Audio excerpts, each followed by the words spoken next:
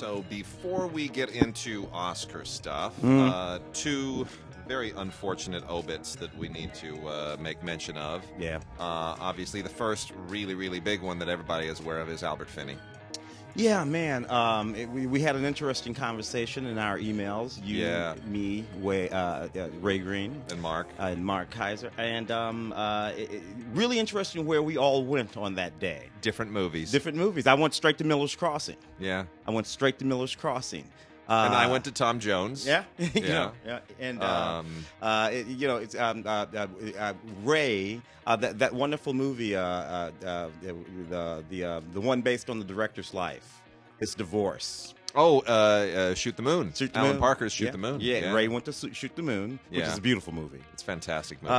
So it's very interesting. I even spent a little time talking about Wolfen. I know. Underrated. And Alonzo, our dear colleague Alonzo Duralde, who, of course, is the Christmas expert, very often does things for us at Christmas time. He went right to Scrooge. Anthony Newley musical. I'd forgotten about that. Yeah. No, it's that's the great thing about Finney is that he's not that kind of star. You know, if you talk about, for example, a Cary Grant, or a Humphrey Bogart, or a whoever, a Dustin Hoffman. I mean, when you start getting all the iconic parts, you just go, well, there was this, and there was that, and there was this, and there was that, and you roll through the top 10, and everybody kind of hits them, and we all know them. But with Albert Finney, it's like this joy of discovery, and you're like, I forgot he was in that. Yeah, I forgot he was in that too. He was in Aaron Brockovich. That's right. The dresser is just absolutely. I mean, these exquisite films, and note not a one of them. That old gangster, in Miller's Crossing is about as far from that diva actor in The Dresser as you can possibly get. It's true. It's true. Amazing thing. He was, and he was a rare talent. He had, he was the original choice for Lawrence of Arabia. Brando technically was the original choice, but Brando was the original choice for everything at the time. And Brando, of course, chose to go. I don't think that was ever really a serious consideration. It was just, we have a movie. It's expensive. Who's going to star in it? Brando. Yeah. That was just what you did in the 60s. But he went on to do Mutiny on the Bounty. And then it was all about Albert Finney, who was a real up-and-comer. And they shot for 4 days at Borehamwood Studios, just outside London, with Albert Finney in full dress, doing Lawrence. 4 days. Jeffrey Unsworth, the cinematographer of 2001 and Superman, shot for those 4 days. And all of those screen tests are at the National Film Archive outside London. It's the only place you can go to see them. Wow. And, you got to take a train about an hour outside of London to get there. So it's the most requested thing at the British National Film Archives, the BFI archives. And only a handful of people have ever seen them, So it's kind of something special. One of these days, I'm going to make a pilgrimage and do that. Worth the trip. Yeah, definitely worth the trip. Finney.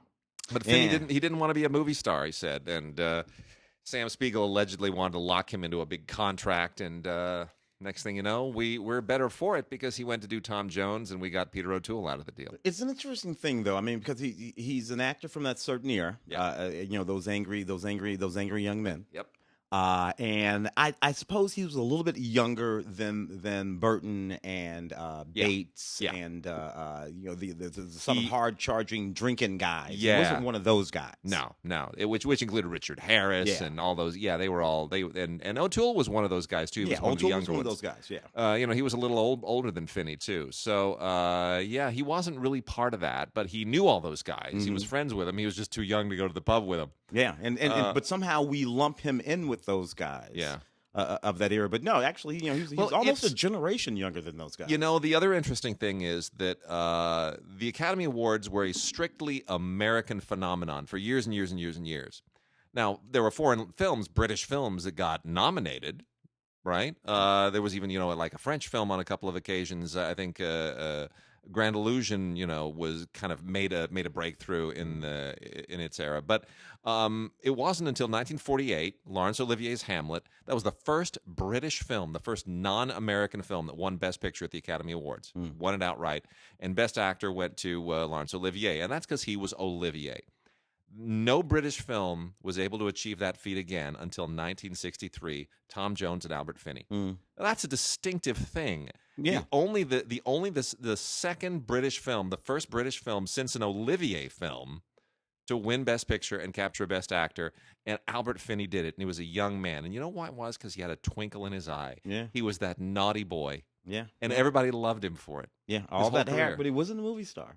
Wasn't a movie star. Was not a gigantic sort of a stage presence as Olivier had been some years before. Yeah. Well, we also this last couple of weeks we also lost Nick Redman. Nick Redman was one of the founders and principals of Twilight Time. We talk about Twilight Time movies here all the time. And he did tons of audio commentaries, both for Twilight Time movies and outside of Twilight Time. A lover of film, a profoundly knowledgeable film historian and scholar, and his untimely passing is really, really it hurts. They just don't make them like that anymore. Yeah. So Twilight Time will continue, and they have a lovely tribute to him on their site. But the passing of Nick Redman from Twilight Time is really a very serious loss.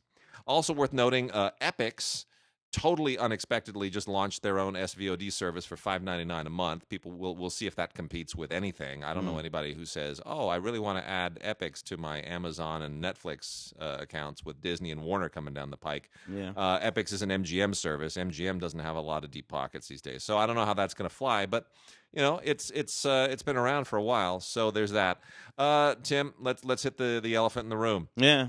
Cinematography, editing, hair and makeup, and live action short will not be presented during the actual. I mean, they're going to be presented during the flow of the show, but you don't get to watch them. They'll do it during commercial breaks. Yeah, you're on YouTube and all that kind of stuff. Yeah. Guillermo del Toro said it best. You know, I mean, these particularly two crafts that are not a part of the written tradition or the theatrical tradition. It's perfectly ludicrous. Cinematography.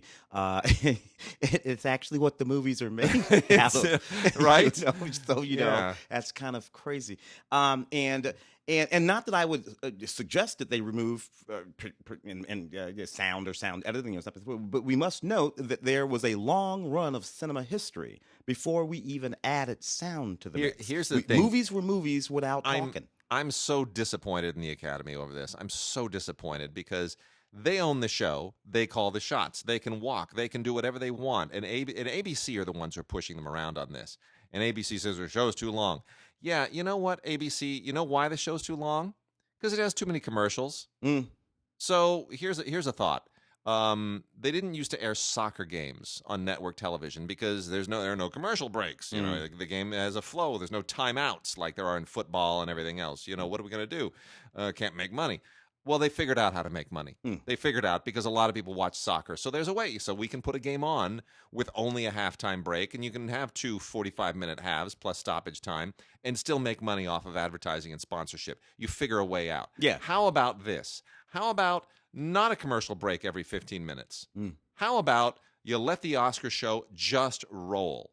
You just let it roll. It's only 100 when you add up all the time that is actually taken up in the show for giving out awards. It's about 130 to 140 minutes. It's about a 2-hour show. So it's only a 2-hour show if you take the commercial breaks out. So find a way to make your money without those commercial breaks. How about that? Yeah, be clever. Maybe this is the sort of thing that's really a bit of a loss leader for everyone. There are in media sometimes loss leaders. We don't make any money on this right now. Spectrum Television is paying $180 million for the Dodgers. They don't make $180 million. No, but it pays for it because it brings a whole bunch of other folks over there to the network for something else. If every Transformer movie had lost money, that would have been a loss leader of, a few $1 billion, maybe let's say $3 or $4 billion, totally worthwhile to Paramount because it enabled them and all the toy and other manufacturers to make probably $30 billion in merchandise sales. Merchandise, exactly. So there are creative ways of getting around this. Well, the Lego movies are doing it right now. They're doing it this week. Look, those movies are diminishing moneymakers every time they make one, but they sell a gazillion frickin' Legos. If what you want is a 3-hour show, here's what I recommend. You want a 3-hour show? Okay.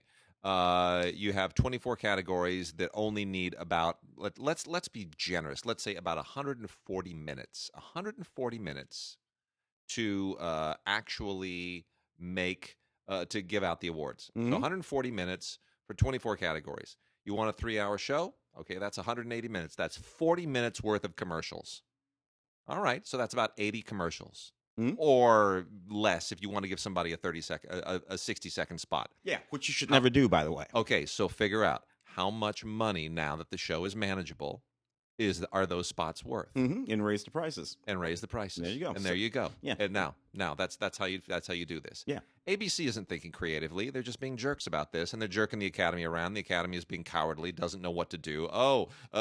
Most popular film? No, that didn't stick. 10 nominees? That didn't stick. How about up to 10 nominees? That's kind of sticking because we finally got like Stars Born and Black Panther in there, some movies that people have seen. So okay, we'll hold on to that for a minute. How about Kevin Hart as a host? Oh no, that's not gonna work. How about no host? Okay, hold that idea. How about a shorter show? Let's put them. Let's put 4 categories. It's just they can't figure it out. They can't get it right. Well, there's in terms of the actual show, there is some very weak producing that goes on in the show. I'm just talking about the actual producing of the show. So, for instance, and I've produced a few much smaller things, but the things that I would apply no matter what the scale, and frankly, at the scale of the Academy, these things would apply even better. So, for instance, we should never see anyone except for a winner walk up to a podium. No one who is presenting an award, who's about to say anything, never see those people walk to a podium. Conduct the show such that everyone who is going to speak is already standing in front of a microphone. Do away with all patter. Yeah. We shall do no patter, either written or improvised. No. The human standing at the microphone will smile and say, "Thank you very much. I'm Willem Dafoe." The nominees and go straight to it, and that's it. And we're not going to patter. We're not going to smile. We're going to do this thing. That's it. And knock it out. All musical accompaniment. Yeah. All musical accompaniment should never be more than about 15 seconds. Here you go. About 15 seconds and you're the fuck out of there. Now, speeches. People are going to give their speeches. But now that you've gotten rid of every other little moment of wasted time, you can allow the people to do their speeches. There you go. You'll find that they'll need to get off that stage. They'll go through it really, really quickly. They will. You know what? The one I always turn to is Audrey Hepburn when she accepted, it was, I guess, 1952 when she accepted her Best Actress for Roman Holiday. And that was a funky year because they were doing it in L.A. and in New York, right? So they were kind of bouncing around. And it's if you go onto YouTube and you watch it, it's really interesting because they had a film. Gary Cooper announces the nominees, but it was filmed ahead of time because he was shooting High Noon, right? So he's on High Noon, and they show the film, and he comes up and he reads the nominees. Oh, I don't have the winner. So you cut back to Donald O'Connor in L.A., who does a little Gary Cooper impersonation, just spontaneously ad-libs it. It's very funny. That real stiff way of talking. He reads the winner, Audrey Hepburn in New York. Cut to New York. She walks up. She's in tears. And she just says, "I want to thank everyone who's been so supportive of me. I love you very, very much." And she walks away. It lasts like 15 seconds. That took place on 2 coasts with taped material and live material. Come on. Now that's the way you produce a show. That's the way you produce a show. That's tight, man. That's tight. We have computers and gear and all this stuff now and satellites. And they can't do it as well as they did 60 years ago. Come on. Keep it tight. Don't worry about being funny. People who are naturally funny will be funny. Yeah. Do not ever try to make anyone who isn't naturally funny. No. Just don't do it. Don't do it. Get rid of the patter. Tighten it down. Put everybody in front of a microphone and knock that show out, man. Yeah. And that's the way you do it. Yeah, they need to figure it out. They need they need you in the room. They need you to make that exact pitch. Anyway, all right. Well, we're going to move into DVDs and Blu-rays. We're going to move on in and start knocking this out. We got a bunch of kid vids, so I'm gonna haul butt on this kid vid and just if you got kids, I've got a daughter. She's 6 years old now. School is a daily part of my life. It is a big deal, and I'm finding out all these things that all the different kids like and their gifts and all kinds of stuff. We did a Chinese New Year parade. The kids all dressed up and marched around the school into different classrooms singing Gung Hei Fat Choi, and it warmed the cockles of my heart. So that was really fun. But, there's a lot of great kid vid out there. One that the boys all love is Paw Patrol. And I've never quite gotten it, but I know a lot of boys that love it. We got a Pawsome collection now. 3 DVD gift set, which includes Sports Day, Meet Everest, and On the Case. We've talked about all of those previously, and I don't know why they chose those, but it's a nice gift set. It's good for a birthday. You know, you got a birthday party coming up. A little boy will absolutely love that. That'll be fantastic. We try to give books, but, you know, DVDs are sometimes good, too. Shimmer and Shine, love them. Basically kind of a spin-off of the aesthetic of the Bubble Guppies, except there's little genies, and I love little genies because I always think about Barbara Eden. Fight of the Zahracorns is this one, also from Nickelodeon. Just a bunch of new episodes. Zahracorn Tickles and Zahracorn Salon, the Dragon Zahracorn. It's fine. It's cute. It's not great, but I enjoy it for the Barbara Eden factor. Little animated kind of tribute in my head. Robot Riders is an installment of Blaze and the Monster Machines that tries to take a page from the Transformers. It's pretty shameless, to be honest. But I guess for little kids who are too young for Transformers, this is like why not use Blaze as a vehicle to do that?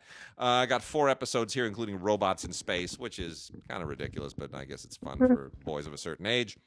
Peter Rabbit Springtime Collection 2 DVD gift set. Also good for the kids for birthday party or whatever. You know, the Peter Rabbit, the live-action-ish Peter Rabbit that came out about 2 years ago, a year and a half ago. Yeah. Horrible, just dreadful movie. No. This animated show is much more faithful to the books and really kind of charming, and I still like it. It's really, really well animated.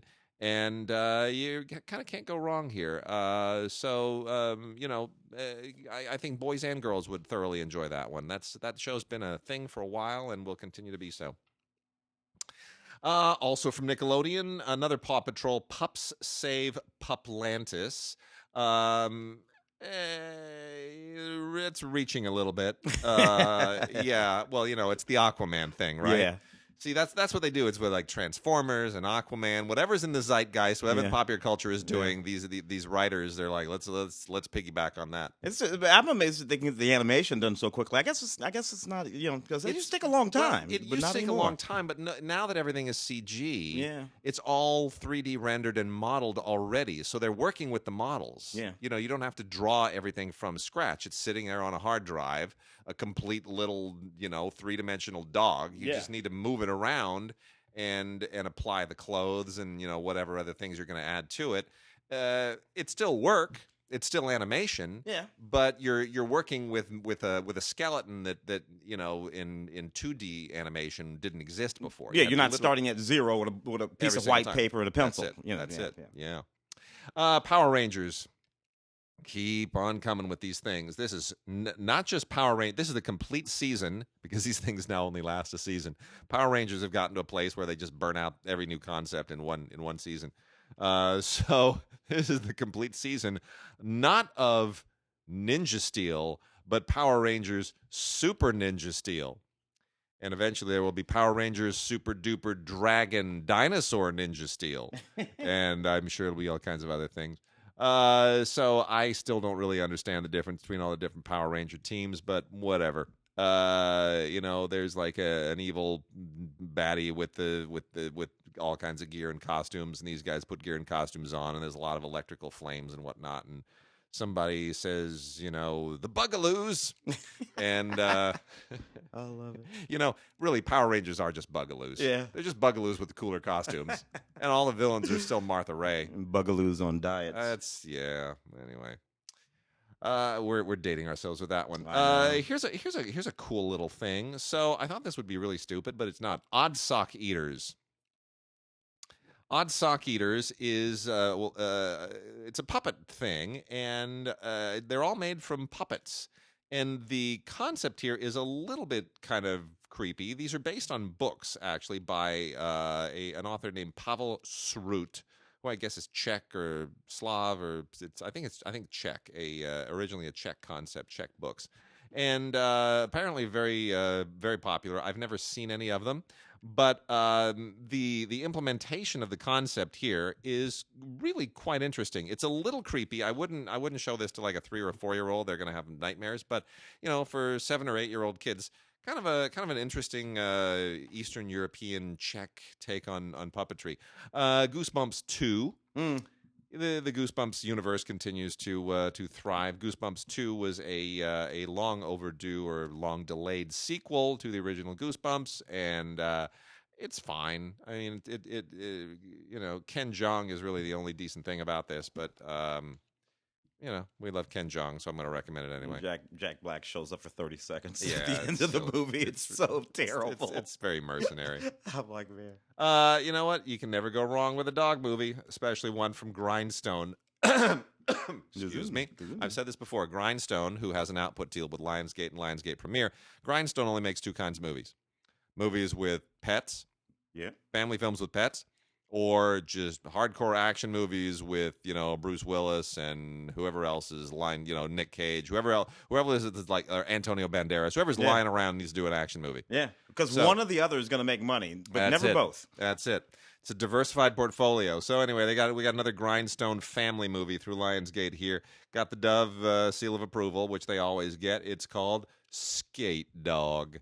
SK8DAWG, Skate Dog. And who do they stick in this? Joey Lawrence, because he's not doing anything. And David Arquette does the voice of Buddy, who's the bulldog who rides a skateboard. And that's all it is. It's a dog that rides a skateboard. He's cool. He's like Air Bud, except he's on his skateboard and he drools. Oh, my God. I don't know. It sells itself. It's like we're in a time loop. I know. Hey, we got another dog one, except this is animated. It's Sergeant Stubby, an American hero. Look, he's a cross-eyed something. Yeah. He's called Stubby, and it's allegedly a true story. Also gets the Dove seal of approval. And this whole thing is like a World War I story. I guess, the story of a dog that was so heroic during World War I, got decorated and saved lives and was in the trenches, and I don't know how true this story actually is. Yeah. If it were really true, they would have done a live-action movie instead of an animated one. Thinking. Disney Junior and Fancy Nancy. This is Ooh La La. I am not familiar with Fancy Nancy. We have passes to Disneyland because we have a 6-year-old daughter. So it behooves you to amortize that cost because it's a reward thing. Do something right, we'll go to Disneyland. So winds up costing relatively little per trip to Disneyland. Because honestly, if you're paying full price for Disneyland tickets, once you've gone 3 times, you might as well get passes. They did raise their prices, though, didn't they? Yeah, we didn't get hit with that, man. We got was that for out of state? That's everybody, really, because they got the Star Wars land coming. Oh, yeah, and they got to pay for that thing, which cost them billions. So they've upped that opens in the summertime. I'm not sure we're going to renew passes for next year because it's now super pricey. Although I do wonder if that had a little something to do with that whole sweetheart deal. We're going off into the weeds, but they had a little sweetheart deal with the city of Anaheim. With those taxes for a while, and that went away. And here we are about a year and a half lighter in prices. Yeah. You know what I'm saying? It's well, don't get me going. I think it sucks how much they charge for those tickets. It really does. Walt would be horrified. Anyway, Fancy Nancy is a character in a show I was not familiar with. They have not necessarily been plugging it to any significant degree. Usually you go to the gift shops and you see these things plugged to death. Anyway, it's cute. I mean, it's good for girls. I'm not necessarily going to show it to my daughter because she'll want us to buy a bunch of more stuff. But it's a cute character. She's very imaginative and all kinds of really cute little imaginary vignettes, and she dresses up, and she's just a very, very sprightly young little lady. And so Fancy Nancy, we'll see how long that one lasts. On the Sesame Street end of things, got some interesting stuff here. Got the Magical Wand Chase and Celebrate Family. Both of them are fine. Celebrate Family just has 3 episodes that sort of go, installments of things that celebrate things to do with family. Siblings is a full-length episode of Sesame Street. Then you've got an Elmo's World installment called Families, and then from Sesame Studios, Marvy's Song for Dad. So that's all very, very sweet. And then the Magical Wand Case is 3 episodes, 2 of them full-length episodes, and then 1 is a downloadable storybook, Elmo and the Lost Wand. Just gives you no thematic thing tying them together necessarily. It's just very sweet and fun, and Elmo and his voice are always cute. A couple of Hello Kitty and Friends. Collection 1 and Collection 2, Let's Learn Together. This skews very young, but it's also very educational, and I can recommend this. My daughter loves Hello Kitty. We call her Miss Kitty in our house, because Hello Kitty is kind of doesn't make a lot of sense.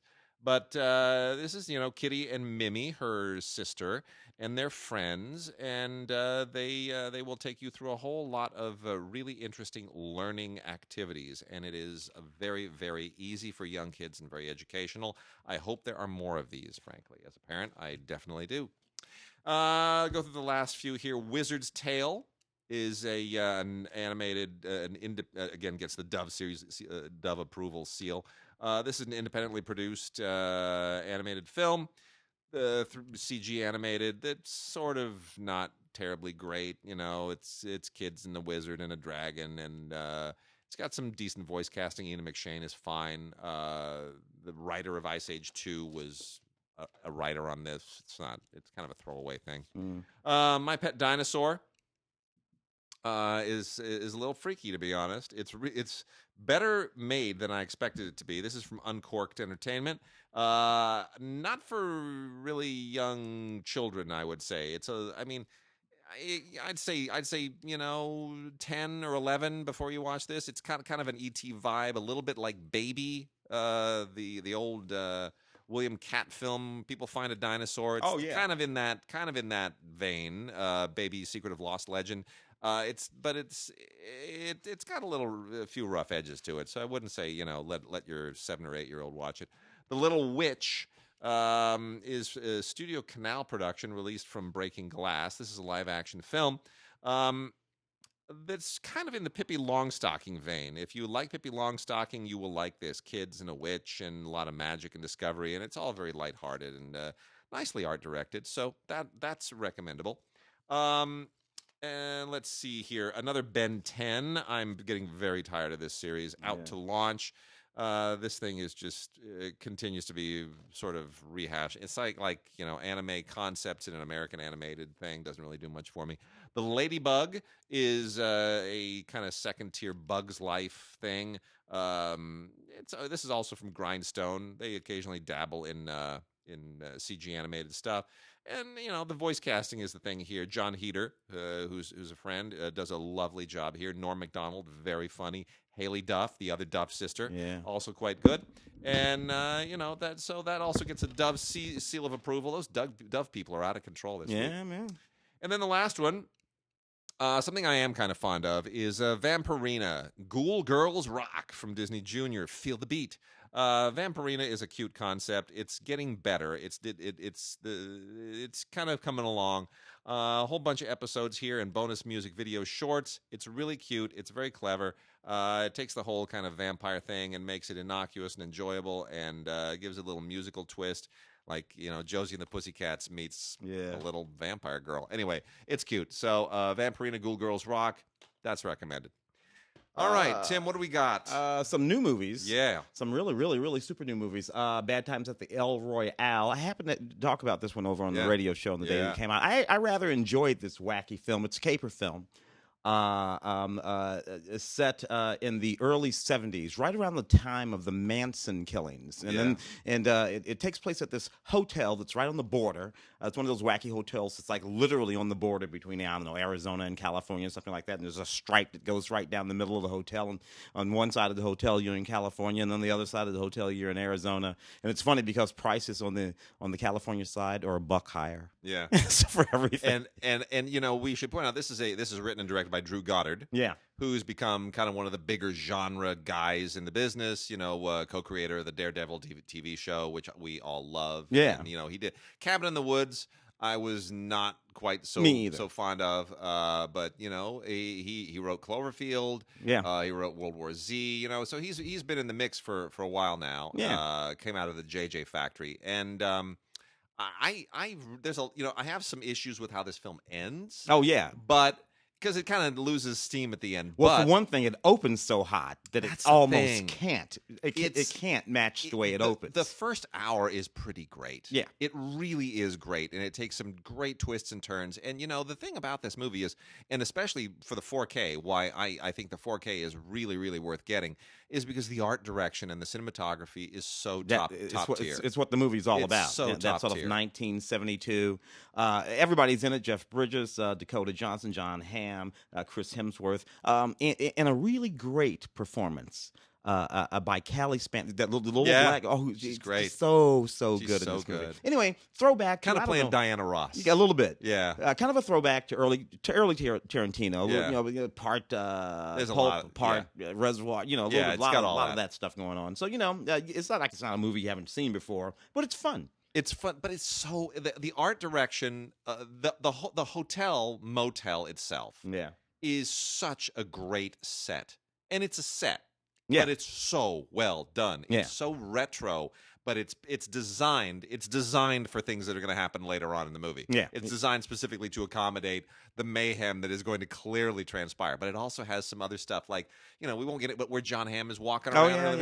You're like, that is wicked cool. Yeah. Like you can't find. You had to build that, and frankly, not unreasonable for the time period. Not at all. This is set in a lot of fun there. 4K. I wish there were more by way of special features on this. Not much, the making of and all that kind of stuff, but neat movie anyway. If you just want to actually watch the movie, the sisters, brothers. I kind of thought we might have been talking about at least the performances in this movie. Maybe John C. Reilly's, because he was in that Stan and Ollie movie. Yeah, and he was in this movie along with Joaquin Phoenix and Jake Gyllenhaal. Jacques Audiard's English language debut. Yeah. Who did A Prophet. A Prophet did, which is really, really great. And this is a good movie, good solid movie. These two brothers who are guns for hire, mercenaries, really, and it's set in a time during the Old West when shooting somebody in the head was a perfectly reasonable thing to do. John C. Reilly is starting to feel a little bad or guilt or empathy or something about what they've been doing, as their work for these many years, while Joaquin Phoenix thinks he needs to just pull himself together, so that they can finish this job. I rather enjoyed this movie. I think people liked it, and I'm a little surprised that at least John C. didn't get recognized. I thought he was really good in this movie. This is one of those award season bubble movies, and it comes out maybe a little too early in the season, gets some good reviews, gets some good buzz, and then gets completely rolled by all the heavy hitters that come out 2, 3, 4, 5 weeks right after it. Yeah. And you get into our LAFCA voting meetings, which are always very interesting.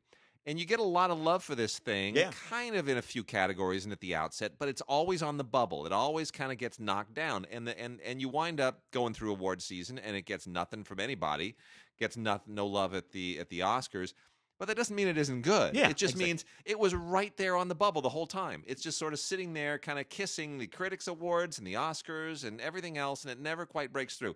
But check it out, because it's an award season movie that just didn't win any awards. That's all it is. That's all it is. Doesn't mean it's not good. Yep. Doesn't mean it's not good. Yep. Widows, a lot of people like this a good deal more than me. I appreciated it. I never thought it had a chance at any sort of Academy Award or anything, but though people were talking about it, Viola Davis, Michelle Rodriguez, Colin Farrell and Robert Duvall. Look, it's sort of a neat reverse a thriller film where the ladies are the ones that have to pull off the caper now. Because the husbands are either dead or in prison or doing something scandalous and hiding. All kinds of stuff is going on. So these women have to figure out how to untangle themselves from these dubious men. The interesting thing here is there are two things that are interesting. So it wasn't until after I saw the film that I found out that the novel that it's based on was previously adapted into a British miniseries back in the, I guess, early 90s. Did not know that. Yeah, and so I went and checked that out, and that's about 5 hours long or something like that. It's much longer. It's more elaborate. Takes place in the UK, and it's got more widows. There are like 3 more widows in this. It's not just the 4 that are here, or the 3 plus the one. And that's and I don't know that it works much better, but it kind of makes more sense if that. I mean, obviously you can't pack all of that story and all those characters into this, so they turn it into something else and they transposed it to the United States and gave it some different dimensions. There's still something missing, and honestly, I have no idea what it is for me. There's like it misses. Like Steve McQueen's direction is perfect. It really is. Like he nails this material as well as you could possibly nail it. Some of the heist stuff when you're inside the vehicles is great. I mean, it really is. It's just perfectly put together. But somehow Viola Davis is great. Yeah, Cynthia Erivo again in this also was in, Liam Neeson is great. I think I said that was Callie Spinney, but that was Cynthia Erivo. Yeah. And the El Royale, she's here again. All good performances. Colin Farrell, very good in here, playing the son of this politician who himself is running for. Gosh, that is so good. That is just a wicked performance. It's a great performance. I mean, Robert Duvall playing his dad, right? The retiring alderman, and I mean, there's some, and the racial politics in here, I think, which are not in the original, are very, very interesting. But you know what? I can see why this would lend itself to being a miniseries rather than a motion picture. That's the problem. Yeah. This is not a movie. This is a television series. Yeah. And because it was a television series. And I can see exactly what the problem is now. Yeah. This is an episodic television series, and they tried to squeeze it into a 100 and some odd minute movie. Yeah, about 130 minutes, I think it was. The Widows on Masses, a Chicago story, a 3-part documentary on this, which is more interesting than the movie. But it is. I still say, it's worth watching. It's worth watching in 4K, just because Steve McQueen is such a really great craftsman, and it's interesting now that he's trying to move into more commercial fare. Yeah. Steve McQueen started. I mean, let's remember, Steve McQueen is a painter. Yeah. He's not originally a filmmaker. He's a painter, and he's a very successful painter. And at a certain point, he decided, I'm going to try my hand at making movies. Yeah, kind of like Julian Schnabel. Like Julian Schnabel, exactly. And his first few movies were incredibly artsy and very slow and methodical and meticulous. Oh, he did the one about the guy Hunger. that was Hunger, with Fassbender. Michael Fassbender. And then, of course, he did the other one. And 12 Years a Slave was kind of crossing the line, right? It was still super artsy, but it was accessible. It was a more conventional narrative. In about an actual character. And now he's crossed over completely. Now he's just made a straight up commercial studio film, but he's given it his sheen, his style, his very meticulous way of piecing things together. I think it's an interesting film to watch, and it'll be interesting to see what he does next. The Hate You Give. This is a very powerful little movie that I love talking about. She's fantastic. She's fantastic. This movie is about a young black woman who's sort of living in two worlds: a teenage kid, the neighborhood where she lives, which is a rough, tough neighborhood, and this sort of mostly white prep school that she goes to. She witnesses a very good friend from her neighborhood being killed by the police, and it just sort of spins her world around, and she comes under all these sort of pressures to kind of choose. Who and what she's going to be. This was a really successful young adult novel. The young woman who wrote it, I think, was like 21 or 22 when it sold, when it was published, and won all kinds of awards for it. So it is a significant Angie Thomas. Yeah. Angie Thomas. Yeah. It's a bit of a big deal as literary source material. My only beef with this is that, and it's not to do with the film, because it's an incredibly well crafted film, but a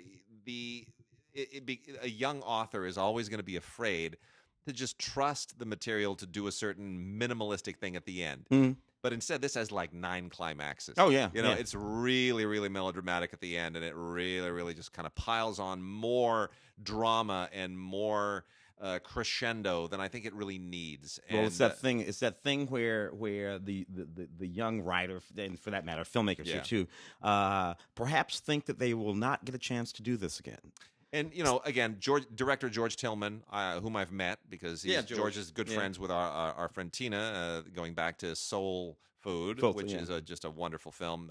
Tillman has a really wonderful way of taking material that could be too dark and making it accessible, and taking material that could be too light and making it just dark enough. Mm-hmm. He knows how to kind of hit a tone with that, and he does that here. Also worth mentioning is that the screenplay of the book was written by Audrey Wells. Audrey Wells passed away some months ago, middle of last year. She passed away, I think, literally the week this film opened, at age 58 of cancer. Very, very sad. Audrey Wells was actually a graduate student at UCLA when I was there. She was in the same class with Alexander Payne, and our good friend Alex had her as a TA for one of his classes, and we were all quite broken up about it. So under the Tuscan Sun, and she Guinevere. I love Guinevere. She wrote Guinevere too. Yeah. So wonderful writer, and just snuffed out right as her career was really hitting a stride again. So it's very, very sad. And there's still one more credit she has. Over the Moon. Her script for Over the Moon will be made, and that will be her swan song. Lovely legacy, though, Audrey Wells. Just so we noted all kinds of wonderful special stuff on The Hate U Give, extended scenes, and a wonderful commentary track with George Tillman and with Russell Hornsby and Angie Thomas and everybody in it. So lots and lots of stuff on this one too that you might enjoy. Bohemian Rhapsody, there you go. Oh boy, here we go. All kinds of controversy around this. The one thing that's not controversial to me with respect to Bohemian Rhapsody is that Rami Malek is really good playing. He's really good. Freddie Mercury. And really damn good. That is just a given there. He's nominated, and so after that it gets complicated. The movie in and of itself, some say floats a little too gingerly over the life of Freddie Mercury. Some say, hey, no, it gets way too deep into sort of his whole gay thing. It's like this. Man, come on, I don't know. Like this. I know a little bit about Freddie Mercury's life. I'm a big Queen fan. Yeah. This is nothing. This plays fast and loose with the facts. I don't care. Took a bunch of good Queen songs and a great performance by Rami Malek. They made a movie about it. I had fun. I thoroughly enjoyed it. Yeah. And you know what? Bryan Singer deserves all the horror and hell that is befalling him. Complicated. But I can separate that from the movie. If you've read the Atlantic piece on Bryan Singer, it makes the Harvey Weinstein stuff in the New Yorker and the New York Times look like Candyland. It is a horror show. And how much of this is ultimately him anyway? Probably about 80%. About 80%. About 80%. He was fired with 3 weeks left to go in the shooting, and the cinematographer basically directed the last 3 weeks, and the film was completed without his involvement. And a lot of that is covered in the Atlantic piece, and they separate fact from fiction. It's so if you can separate how you feel about Bryan Singer and all of that stuff from the movie, you'll and the fact that it's not very factual, you'll have a good time. It does play fast and loose. You know how I feel about biopics. Yeah, exactly. They're all kind of again. Rami Malek killing this. The moments where they sort of work through the creation of these various different songs, Queen songs. It's really just a lot of fun. For one thing, they had the cooperation of the guys from Queen. So if there's anything that's true in this movie, I think it's those moments of where they're sort of saying, this is the way we came up with that song. Look, I think those are the true moments in the movie, and that's good enough for me. You know what? It just, We Will Rock You Alone. That is such a great sequence. It's such a great sequence. And look, I'm nostalgic. I grew up with all that music, I remember when that song first came on the radio. I remember singing it on the school bus, man. So, yeah. Neat movie, Bohemian Rhapsody. We'll have to see how that all works out even there. Indivisible. This is a lovely sort of Christian-based movie that's it's not bad, right? That's not bad at all. It's not bad at all. And I appreciate the faith-based stuff is getting better. Well, they've figured out a way to sort of work. Anyway, it's getting much better than it used to be. But it's a true story about an army chaplain and his wife, the complications of him being off at war and her having to deal with things along that you would probably understand, and all the kind of stuff happens in it that you would imagine happens in it. It really does live right in there with the sort of fireproofs and the war rooms and those other movies. But it's about the people. It's about the people, it's well made, well acted, well performed, well written. They figured out two things, which they should have figured out a long time ago. But if the whole point of the movie is somebody is going to find Jesus and rescue themselves from a life of sin and horror and hell, I know that's coming. That's not a surprise. There's no drama in that trajectory. But if it's about people... People who, through a faith process, are just relating to other people and having struggles, and where the outcome is not a foregone conclusion, where faith is simply a part of the process, but I have no idea where you're going. Now I'm interested. Yes. Right? Yes. wrap that up in some good production value and good performance, you've got me. You know what's funny? Tyler Perry. Yeah, he's been making nothing but faith-based films his entire career, but nobody calls them those. Yeah, you know, Medea's that funeral movie, Medea's funeral. That's a faith-based film, people. But nobody calls him. He's been doing it his whole career, but he knows how to do it right. Anyway, all kinds of special features on these films too. It's really, really neat stuff. So, if that's where you are, you're gonna want to check that out. Daddy Daycare. I remember doing the. I remember Granddaddy Daycare. I'm telling. I remember it's a Granddaddy Daycare, based on the Daddy Daycare, the old Eddie Murphy film. Here, you got Danny Trejo and Reno Wilson and Barry Bostwick and all these. Barry Bostwick, oh man, it's just so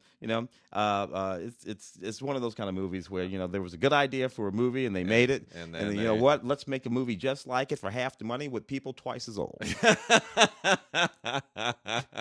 And you can do that. Oh, it'll be okay. Whatever. Danny Trejo. Danny's getting old, dude. Gotta say, you know what? Danny has his vegan taco business going, which seems to be working, at least in L.A. And Danny is making more movies now than he has ever made before. Yeah. I honestly, we get a lot of stuff in that we try to cover everything that we get in, but honestly, we get stuff that we don't even request, and I get like 2 or 3 Danny Trejo movies a week now, and it's like, Danny, where are you? How do you find the time? Seriously, Danny's making like a movie every 6 days. It's insane. That's an interesting life trajectory. I mean, this is a guy. He was in prison. I mean, young guy, gangs, drugs, motorcycles, the whole prison, the whole dang come out and starts playing guys just like himself in movies. Which happened when he was in prison. Yeah. They were shooting a movie in the prison and they cast him. I think it was American Me, if I'm not mistaken. Might have been. And then at this point he's playing Granddaddy in Granddaddy Daycare. Anyway, anything can happen in your life, folks. Don't look. This is what Hollywood does to you. It takes a hardcore criminal, turns him into a movie star, and then he opens up a vegan taco stand. You can't. That's what Hollywood. And next thing you know, Danny will be given interviews about how colonics have really, really refreshed his creative process. Oh man! This is why I moved from St. Louis to Los Angeles. This is why we came here. This is why we came here 30 years ago. Weirdest place on earth. The Mermaid, Lake of the Dead. This is just a perfectly decent little horror movie about a young woman who's killed, and there's a curse, and she becomes a mermaid. Sort of it has to do all that kind of stuff. Perfectly fine little film with not a whole lot on it. Kind of scary, might be interesting. Mermaid, Lake of the Dead, over there. Robin Hood, man, I got to tell you, I did not even know this movie came. The one came and went so fast. So fast. But it's not like they didn't promote it. They promoted the hell out of it. But I got to tell you, it blew me away how fast this movie came and went. Taron Egerton, Jamie Foxx, Ben Mendelsohn, in another Robin Hood tale, a young Robin Hood tale that in some ways is exactly the same way as that Robin Hood film that came out when you and I were young film critics with Kevin Costner and Morgan Freeman playing the Moor. Yeah, it's the same movie. I think his buddy Kevin Reynolds directed that movie. He did. And that movie is a mess. And this in was a all the exact same ways and for all the exact same reasons. What so upsets me is the one that could have worked was the Ridley Scott one with Russell Crowe. Oh, yeah. But it went off the rails because that was the original script for that, which bears no relationship whatsoever to what they finally made, was the Robin Hood story told from the point of view of the Sheriff of Nottingham. Mm-hmm. Eventually, Alan Rickman in that movie, I believe. No, that was the other one. That was the one that I was talking about before. Yeah, Alan Rickman was in the Costner one. But that's an interesting idea. Where that script is, I don't know. But anyway, it wound up being the story of how Robin Hood became Robin Hood, and they wound up casting way too old Russell Crowe, who's the same age in that as Sean Connery is in Robin and Marian, opposite Audrey Hepburn, which is at the end of Robin's life. He's too old now to be Robin Hood. None of that made sense. So we're still waiting for our great Robin Hood movie. Until then, just watch Errol Flynn. He's good. Wasn't this one. Deleted scene, outtakes, this, that, and the other thing on a 2-disc Blu-ray set there. I'll hit a couple of 4Ks here. We've got Reign of the Superman from the DC Universe movie. 4K. Really beautiful. These original DC movies just look so good in 4K. The animation is sharp. and the plots are really good. These writers, I keep saying this, but these writers should be the ones who are writing the actual live action movies. They know the comics, they know the characters, and it's really, really interesting. This, of course, derives from a comic narration, from a comic narrative, and narrative in the comic books, which is really, really interesting. Which gets into it's a little bit like the current Spider-Man animated movie, Into the Spider-Verse. Yeah, Spider-Verse. Where you're combining all the different Spider-Men from all the different threads that Marvel has kind of created to open up this Spider-Man universe, all the different Spider-Men. And this is a little bit of the same thing. There are all of these different Superman figures that are part of the Superman universe that are brought to bear in this really, really interesting adventure. And it's very, very well written, has some interesting special features on it, including one on Lex Luthor. And then we also have an extremely unfortunate movie called Hunter Killer. I don't even know where to go on this. This is a Summit premiere movie released through Lionsgate, their sister company, financed by Millennium, that is just straight up Avi Lerner through and through. This is everything that Avi Lerner and Millennium have ever been on steroids. This is like Hunt for Red October crossed with, I don't know, Doctor Strangelove crossed with, every other macho submarine. Yeah. Zero Dark 30, whatever. It's all mashed together. World War III is imminent because there's been a coup in Russia. And in order to stop the coup, you need to get like a hardcore Gerard Butler, who's the submarine commander who never went to Annapolis. He came up through the ranks. He knows, he's down with the common guys, with the shop stewards, right? And he's got to go rogue with his submarine and go and stop the coup in Russia while another team of SEALs goes behind enemy lines and does something. The whole thing makes no sense. It's just so off the wall. And Gary Oldman shows up for some reason to yell at a few people in the at Com Central. It just doesn't make any sense. But you know what? And Common is in this for some reason. Common's an admiral. Yeah. What do you? I don't know, man. Sometimes Common's people they do some kind of way. He shows up in those John Wick movies, and that's kind of okay. He's making almost as many movies as Danny Trejo. Yeah, and he's divorced of Microsoft, and it's crazy. He's the hardest working man in Hollywood. I don't see why they didn't tap him to host the Oscars. Seriously, right? Seriously. Yeah. You got nothing on Common, man. Yeah, and anyway, whatever. Yeah, let him go. That kind of thing. Hugh Jackman, the front runner, the Gary Hart story, 1988. Did this tank. It just tanked so hard and so bad. Decent cast of this thing. Hugh Jackman playing Gary Hart, and of course the incident around the 1988 election with Gary Hart had to do with him being on this boat called the Monkey Business.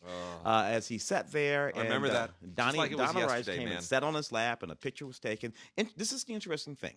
More interesting than this movie about the incident is the incident itself, what actually happened. Yeah. Rather than watch this movie, which is wrong, by the way. Not only is the movie a not particularly good movie, the movie is wrong. The movie gets it wrong. Yeah. The movie gets the historical facts of what... put it to you this way. Guess what Gary Hart didn't do? Gary Hart did not have an affair with Donna Rice. I know. Most people think he did. Most people think he went down because he lied about having an affair with Donna Rice. No, Gary Hart didn't even know Donna Rice. He'd never met her until she sat on his lap that moment. That's what's true. Yeah. But, they don't get it right in the movie. Yeah. It was another time. Yeah. And I think that's part of what the movie wants to show. It just doesn't wind up doing it very well. Yeah. It's a subtle work. Anyway, filmmaker commentary, deleted scenes. Hugh Jackman got to figure out something to do when he's not playing Logan. Nobody's Fool. Tyler Perry film with Tiffany Haddish and Tika Sumpter and Omari Hardwick and Whoopi Goldberg. And it's kind of cute. It's about these two very, very different sisters. One of them, a wild child, has been messing up for a long time. The other one seems to have it all together and to be doing it well and all that kind of stuff. And then when you look behind the curtain, maybe it's not all exactly what it looks like it is. This is okay. It's funny. There's some stuff in this movie that actually made me laugh out loud. I wish it would have been more funny and a little less raunchy. The one thing that I don't care for with the sort of new way. I love that the ladies are doing comedy in big raucous, wild comedic movies. That's fantastic. I don't think that they should always just try to do what boys do, be as dirty and as obnoxious and as foul-mouthed as you possibly can, And, some of that's all fine, but I don't know. I think they can get there in a different way. Nevertheless, mostly funny. Tiffany Haddish has a couple of really good gags in here. There's a couple of gag reels on this thing, as well as a whole lot of behind-the-scenes stuff. 2 DVD set, Blu-ray DVD set, Nobody's Fool. Tiffany Haddish and Tika Sumpter, The Guilty. I rather enjoyed this movie, which generally speaking I would have thought of as being sort of hacky, but the storyline sort of worked for me. So you got this cop who's been assigned to dispatch duty because he screwed up. He gets a phone call. Oh, yeah, okay. Yeah, and he gets a phone call. A woman in distress. She's been kidnapped. She hangs up You've seen this story before. This is all about, though, how this cop, who can't go out into the field and be a cop, has to use all of his techniques and his skills, but with other cops out there doing the actual work, so that he can find this woman before, what will probably go down goes down. He has to think his way through it instead of shooting his way through it, and it's pretty damn thrilling. I'm always a little surprised when one of these pops up and it doesn't do all that well. This is a neat little movie, The Guilty.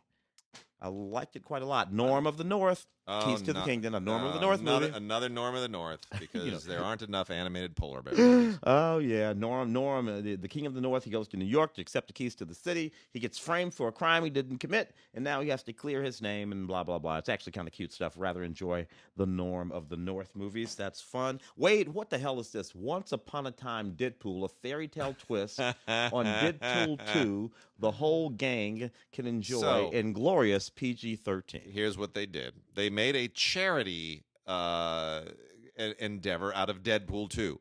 They took Deadpool 2, which is R-rated. Mm-hmm. They recut it into a PG-13 version, and then they added a whole new frame story to it where Fred Savage is basically playing himself, and he is kidnapped by Deadpool, and he wakes up in a room strapped to a bed that is decorated like his Wonder Years bedroom. Okay. And he and Deadpool have a whole ongoing conversation, and Fred Savage is, of course, the nerd supreme, like as Deadpool is telling him his bedtime story, his Deadpool bedtime story, and you get into the movie. It's all this self-reflexive, self-referential. I mean, honestly, if you have Deadpool 2, there's probably no reason to get this because it takes out all the swearing and all the gory stuff. Mm-hmm. But on the other hand, all the new material with Fred Savage, which they probably shot in about 3 days, if even that, which is all in one room, is hilarious. Interesting. And the fact that it's suddenly making fun of itself because now it's a PG version and they can't say certain things, it's so funny. So I almost don't know what to tell people. All the proceeds from this re-release over the holidays went to charity. Oh. So, which was a nice, I get what they did. It was very clever. They're sort of promoting the Deadpool franchise, bringing the movie back, keeping it in people's minds, selling me more of the other one that they don't have to give to charity, and making like this, I get it. It's pretty callow, but at the same time, no one's done this before. Yeah, no, smart. I rather enjoy the idea. Because Fred Savage was the kid in Princess Bride, right? That Peter Falk is telling the story to. It is exactly that. That's what we're looking at. That's what you're looking at, and they even and it's all referencing the Princess Bride. Even makes mention of it. I love it. It's hilarious. I love it. It's super funny. So anyway, got some anime here to kind of blow through. Really interesting show. There are 2 different series that are part of this, Banner of the Stars and Crest of the Stars. Both of these are about battling this evil empire called the Ob Empire. Look, it's Star Wars. It is. It's straight up Star Wars. Both of these, the Triple Alliance, and look, it's just straight up Star Wars. And you'll see it. You're like, it's the evil empire, it's the whole thing. And if it isn't Star Wars, it's Star Blazers and Space Cruiser Yamato. Which are all Star Wars. Which are all Star Wars. but it's really, really well animated and really well done, and some very interesting characters, and it's just a lot of fun. It's just a lot of it's really, really fun. So Banner of the Stars and Crest of the Stars, both of them from Funimation, both on DVD only, not on Blu-ray. Really, really worth checking out. I think those are a lot of fun. We've also got The Silver Guardian seasons 1 and 2, which is one of these. It's a little Tron-like. A couple of kids that like to play this really, really elaborate video game called Gravebuster. Anyway, one of them gets sucked into the game, and the other one has to rescue her from the game. It's a little bit like, I guess, Ready Player One. It's got some of that vibe to it as well, except it's all anime. Silver Guardian seasons 1 and 2, Blu-ray DVD combo set. It's fun. It's decent. Urahara, the complete series, only if you like the kind of preteen, teen, early tween sense of humor in anime. That's the only way you'll get this. This is just about some teenage girls who are really, really upset that their favorite hotspot, their favorite fashion hotspot, is being taken over by some aliens, and so they're going to open up their own pop-up shop and do little commercial battle with the evil aliens. Look, the aliens are it's like everything else in anime. It's a metaphor for cultural appropriation and people who are taking Japanese culture and all that kind of stuff. In that sense, it's interesting, but otherwise, it's just kind of goofy and silly. Anime-Gataris, the complete series, is also kind of interesting. This is an anime about anime. Another high school thing about a girl who's joining an anime club, and that's kind of cute. You're like, oh, she's a little anime character and she loves anime. Wait a minute, my brain is short-circuiting. How does that work? And then there's some supernatural stuff, and the school's trying to shut the club down and whatever. It's okay. Not great. Just kind of sort of cute-ish. Konohgana Kitan, the complete series. This is a fantasy thing. It's it's a little bit far-fetched for me. I didn't quite understand anything about the world it's recreating. It kind of feels a little bit like they're trying to do Dragon Inn or Dragon Gate Inn, the old King Hu movie, or the remake of it, except in a kind of a Japanese fantasy context through anime, and it's a little bit strange. And then lastly, before we wrap out the show, Kumamiko, the complete series, Essentials. Never really understood why that Essentials has to be on there. They do that every once in a while on anime. This is about a priestess named Machi who lives in this little tiny village in Japan where she's never had any contact with civilization, and she lives with a talking bear. And now she's ready to kind of work with the bear to get ready to go and tackle the big city and give us the weirdest fish out of water anime you've ever seen in your life. Does it, again, it's very strange. I wasn't sure if I'm supposed to be laughing at some of this or not. You'll laugh anyway, but there it is. So that's that. All right, so we are, man, that hour flew by. That is it for this week. Next week, last show before the Oscars. So we'll see how we feel about that. If there are any tickets left, go to scpr.org or to the Ace Theater homepage. Yes. Tim and I will be on stage on the 17th, afternoon of the 17th. What's it, 1 o'clock? 1 o'clock is when the actual big show starts there at the Ace. 1 p.m. on the 17th at the Ace With all Theater. The other critics, of course. All the other Film Week critics prognosticating our Oscar choices, arguing with each other, hugging, loving, insulting one another. Boy, I got some zingers for some of our colleagues. I do. I already know. You and I will be on together this time. That's right. We're in the same group. Yeah. So I already know who I'm going to pick on. And it's not you. It's Leo. I think Leo. Look out, Leo. Oh, I'm not going to say. I already know who I'm going to pick on. So anyway, we're going to have a lot of fun. Clips, and it'll be great. Larry Mantle is a scholar and a gentleman and hosts the show in the best possible way. So it makes us look good. All right, everybody. We will see you next week.